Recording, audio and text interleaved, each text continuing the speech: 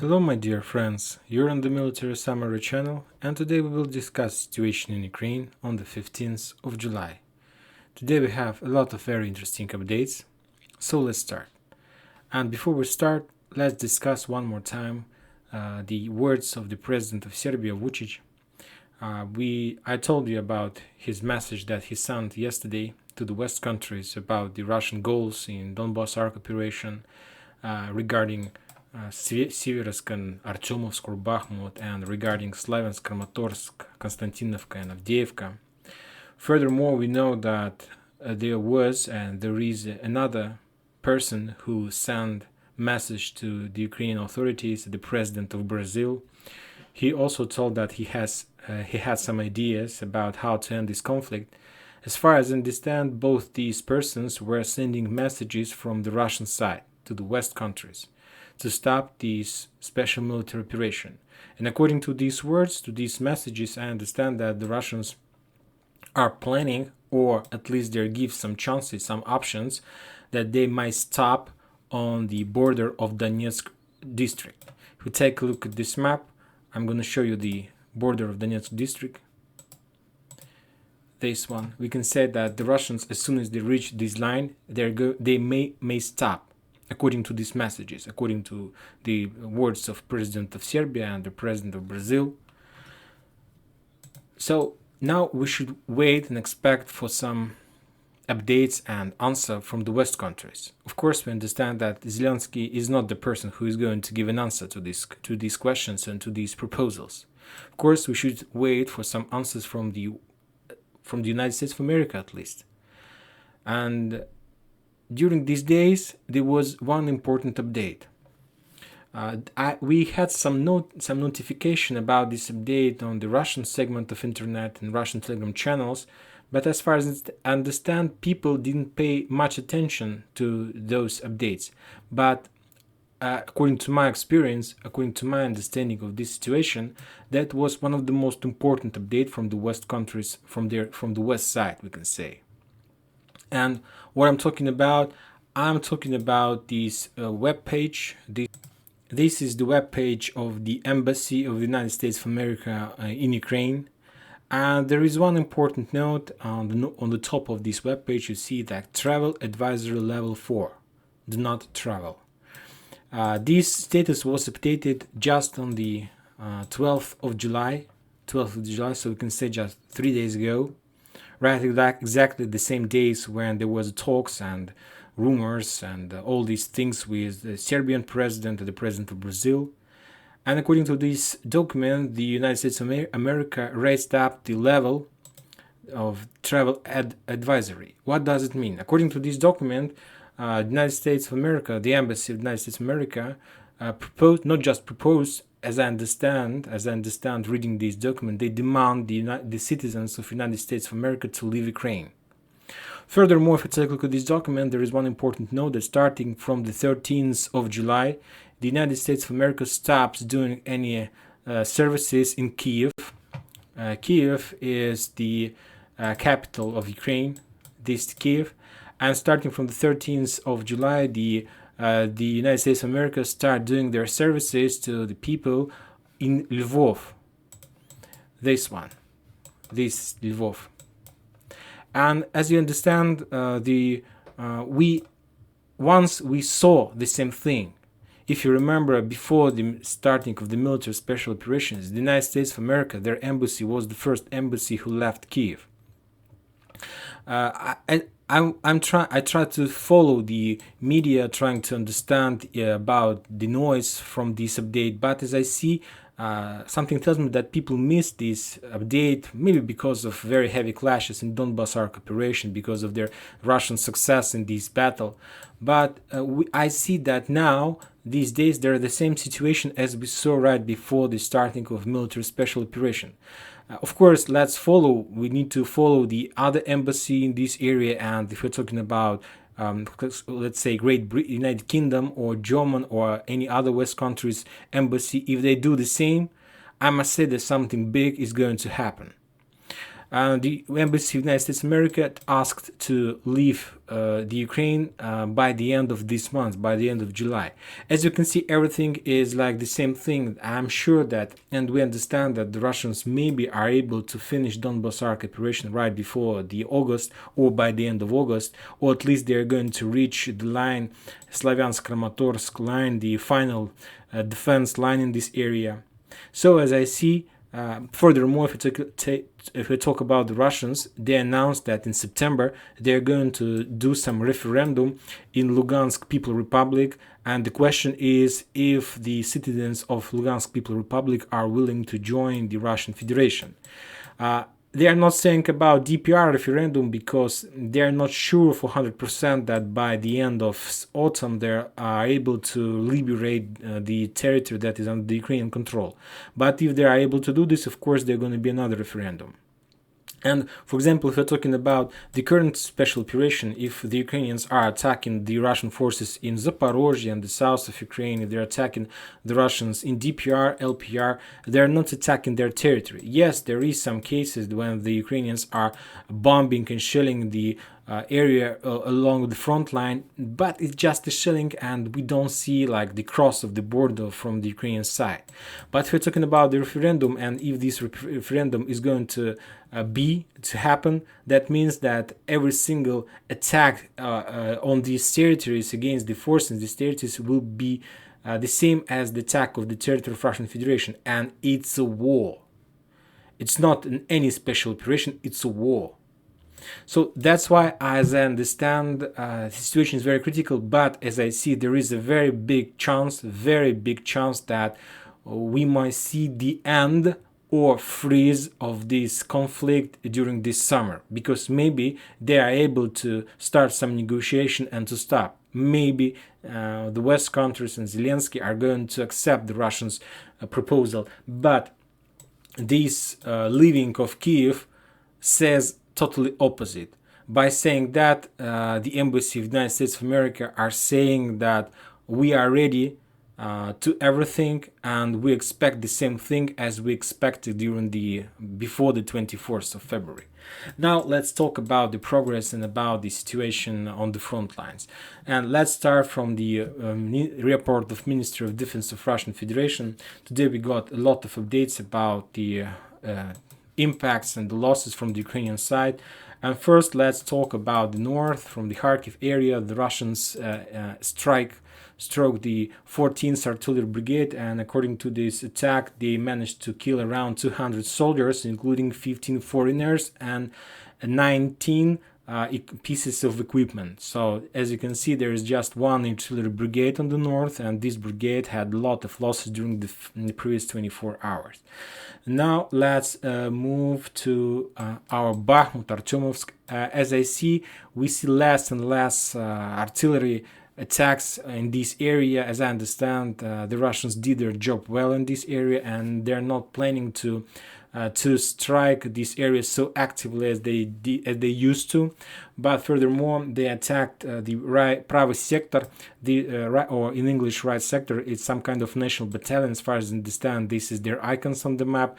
The brigade was sent to the Artyomovsk to protect and reinforce the forces near Ugldarska power plant. These two mechanized brigade, we know that these two mechanized brigade had a lot of losses during the previous weeks, and as a result of that attack, the Russians managed to destroy around 300 soldiers from this battalion and around 30 pieces of vehicles in this area. I'm not talking just about tanks, or it might be just regular cars that these forces were using to be mobile on the front line. Anyway, as you can see, the Russians changed their target from 72nd and 13th Mechanized Brigade, because they're already reduced, to this fresh national battalion, and now it's their time to be reduced by the Russians. Now let's move to the south. More updates from this area. The Russians attacked this 45th Artillery Brigade, and according to that attack, the Ukrainians lost around 70 soldiers and some barracks and some with howitzers and so on. Yesterday we discussed about the Russian attack towards Vinnytsia, this town. Not on this town. I'm sure that you saw pictures from this area about the losses. The Ukrainian side reported about losses among civilians. There was a very horrible photo of killed children and so on. I'm very sorry for that. Of course, it's a very big tragedy. If we're talking about the Russians, they're saying that during this impact they were attacking some military object, and the building they attacked was the building where the Ukrainians and the foreign partners were having some meeting, and on that meeting they were deciding and planning about the supply of the Western weapon, and furthermore about the Western air forces and so on. And today we got more updates about the losses, because the Ukrainian some information sources start publishing the information about the losses, and they published some information about military authorities of very high rank that were killed during that strike. If we're talking about the losses among civilians, I follow a lot of Russian Telegram channels and information. I saw that a lot of people from the Russian side are very sorry about that attack, and they understand that they're saying that it wasn't an attack against these civilians, it was an attack against these people, but because of the fact that the Ukrainians, according to the Russian sources, are making these military events among civilians, there's a very high risk that during those meetings, of course, civilians might be harmed by any attack. And of course, it's not very good. Now let's move back to our disposition forces and discuss this 54th Mechanized Brigade that located near Avdiivka. According to the Russian sources, this 54 Mechanized Brigade is already in rotation process. This brigade had a lot of losses during the previous weeks, and now the Ukrainians are trying to rotate, and they're moving here 66 Mechanized Brigade, and this 66 Mechanized Brigade has a lot of HIMARS and a lot of anti-tank systems. So yesterday we discussed that according to the Russian sources, they managed to establish control over this small town Kamyanka, and as you can see, the Russian achieved some progress during rotation period as well. Again, so it's some kind of small piece of their tactic. And now we see that this area is reinforced with HIMARS and fresh-blooded 66 Mechanized Brigade. And the main idea, of course, to stop the Russians in this area. More losses the Ukrainians have on the south. If we take a look at map of disposition, more losses from these battalions like 108th, 110th Defense Brigade, and so on. So this is about the situation on the front line regarding the losses and regarding the rocket and missile impact attack strikes that the Russians did during the 24 hours. Now let's discuss situation around Seversk and Bakhmut. These 2 days we were talking about the Seversk, about the battle for Seversk. As you can see, the Russian sources map has been updated. They moved their front line, this one red line, to much closer to Seversk. They moved the gray line much closer to Seversk. And now we have two version of situation from Seversk from the Russian sources. And to tell the truth, it's these two versions are coming from one, and both these sources is very close to the Russian military authorities, Ministry of Defense, and so it's very respectable sources. One source are saying that the Russians is already in Seversk and that they're doing some clearing operation, at least in the east part of this town. Another source are saying that the Russians are still in the suburbs and they're fighting on the west side of Verkhnyokamyanska, in this area, this Verkhnyokamyanska, and the Russians are fighting in this area, Verkhnyokamyansk, not even in Seversk. So two options is coming. We can call from the sources who is very close to the Ministry of Defense. So let's see this situation, because it's very interesting what's going on there. But if we're talking about the Ukrainians, they are leaving Seversk. we got a lot of reports this morning and yesterday in the evening that it's like retreating, the Ukrainians are running. No, it's not true. Both these sources, either the one who says that the Russians already in town, another who says that the Russians just in the west part of Vernikamensk, are saying that the Ukrainians are not running, they're retreating. Very professional. And they're doing this group by group, trying to avoid big groups retreating, just with small groups. And they have already moved from Seversk towards Solidar, around 2 battalions. If we're talking about the number, it's around 500 of Ukrainian soldiers, and a lot of vehicles are moved already to Solidar. So we see the same picture as we saw in Gorsk-Zolotoy, Lysychansk. Imagine yourself, Seversk is not a very big town, 500 soldiers left, a lot of vehicles left. So the question is, who's going to protect this area? And the answer is nobody. Of course, the Ukrainians are planning to leave Seversk and to give the Seversk to the Russians. And the Russians from their side are asking a very important question from their side. Why do we, the Russians I mean, are giving the Ukrainians opportunity to leave this area? Why we are not fixing them? Because 500 soldiers is a 500 soldiers. That's a lot, of course. So the main battle now is near Solidar, because the Russians is in the suburbs of Solidar, and this area I'm marking right now is already in the gray zone, and some of this territory is already under the Russian control. If we're talking about Kamyanka and Strypovka, so that's why the Ukrainians move forces from Seversk towards Solidar to protect, because as I understand, Seversk is no longer a valuable town for the Ukrainians. Because all these days, all these months, we can say starting from the very beginning of Severodonetsk battle, Lysychansk battle, the Ukrainians were preparing their defense line between Kramatorsk and, we can say, Seversk, Bakhmut. All this area is one big fortress, one big fortified position. There are a lot of them. A lot of fortification, a lot of trenches.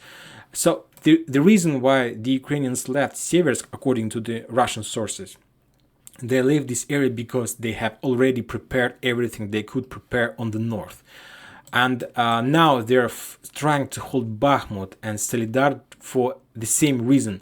They want to prepare more and more trenches, fortification in the area around Chasov Yar, Konstantinovka, Druzhkovka, Kramatorsk. So, as I understand, and according to the Russian sources, maybe we're going to see the same picture in Bakhmut and Solidar. At least in Solidar, I'm sure, maybe even in Bakhmut, that the Ukrainians are not going to hold this area for a very long time. If we're talking about this area, the Ukrainians has few lines of defense. The first one is moves somewhere here. So this is their first defense line. The second line is move on the west from the road, this MO3 road, and on the west side of Bakhmut. The main defense line is moved along this area, and there is another fortification around Chasov Yar. So this is the fortifications in this area. I'm not talking about small fortification around every single town, around every single town, small village, around every single forest, around every single tree. So the Ukrainians, I must say that we are right on the first page of the final battle for Donbas arc, for Donbas. This is the final battle. We see that the border that we show in the very beginning, the border that the Russians are planning to stop and make some proposal to the West countries, is very far from this area. But believe me, there are no places where the Ukrainians can hide and protect. It will be just some kind of walk through these fields. Maybe it will take a few weeks, but the Ukrainians are not able. They won't be able to stop for many reasons. First of all, there would be no fresh blood, because the forces, if the Russians are able to push Ukraine from this area, their forces will be out of blood. And of course, and the Ukrainians are not able, and I think they won't push here more enforcement to this area, because As soon as this area falls, the Ukrainians will try to build their defense line right on the river, on the Dnieper River. So it's like the best solution, because there are just few places where the Russians can cross this river. If we're talking about the north, I don't see also any possibilities for the Ukrainians to protect, maybe on the line like near Poltava, Kharkiv, but Kharkiv is under very big pressure, and I'm not sure that the Ukrainians are planning to keep Kharkiv, because I'm sure that Poltava, yes, very close and around a lot of rivers, so I'm sure that they will try to hold Poltava, to hold Pavlograd from this side, try to stop the Russians, but we are going to see the front line on the river sooner or later if the West countries are not going to accept the Russian proposal after the finishing of Donbas Arc operation. And that's it for today. Military Summary channel reminds you that we condemn any violence in Ukraine. Thank you for watching. Subscribe to my channel, put your likes, join my Patreon. Tomorrow we are going to discuss with my patrons the story, the big story from the previous Saturday till tomorrow, about everything that happens, about every impact, about everything, about losses, about Seversk operation, about everything. And have a good weekend. Thank you. Bye bye.